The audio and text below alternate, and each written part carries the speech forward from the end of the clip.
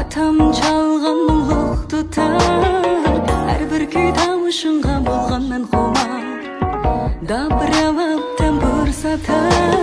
Kelgisi barzant barzantının, qalbidi muqam qalduray, baxırlanıb suyunur, muqam Mevladi deb atay.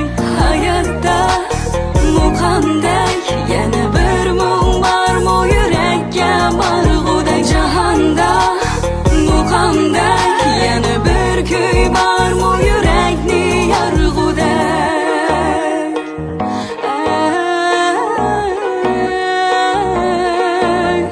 Tabarruk bizga tabarruk, 12 muqam go'zal oilalar. Bizlarga in'om 12 muqam, qaytadan ta'riflagan uni ammon issaxon.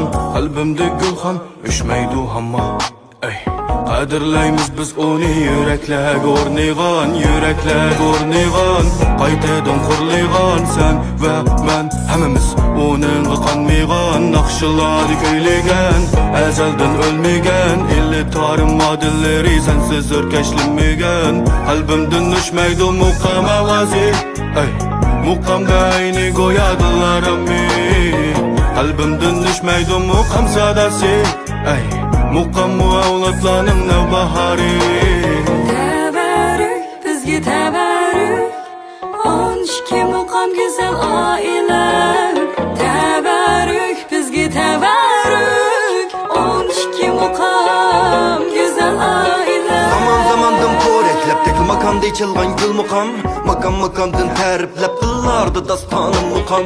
Samog'i sensiz aqmas to'lini zarab shamdan qaynimi sen xalqimning shotliq g'ururi, sharaf shani boyligi, parasti ham boyligidir. Jismingga to'lgan muhabbat, insoniyatdan qutulmasam desandek zo'r ijodiyat.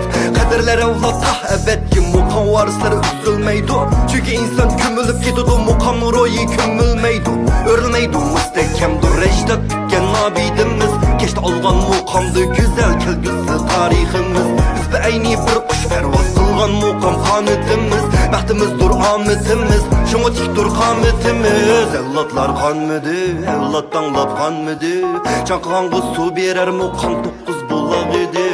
Avlodlar qonmidi, avlod tanlab qonmidi, muqamdek mukammal kuy bu jahonda bormidi. Muqam sharaf shonim, boylig'im zarab shonim. Muqam sharaf shonim, boylig'im zarab shonim.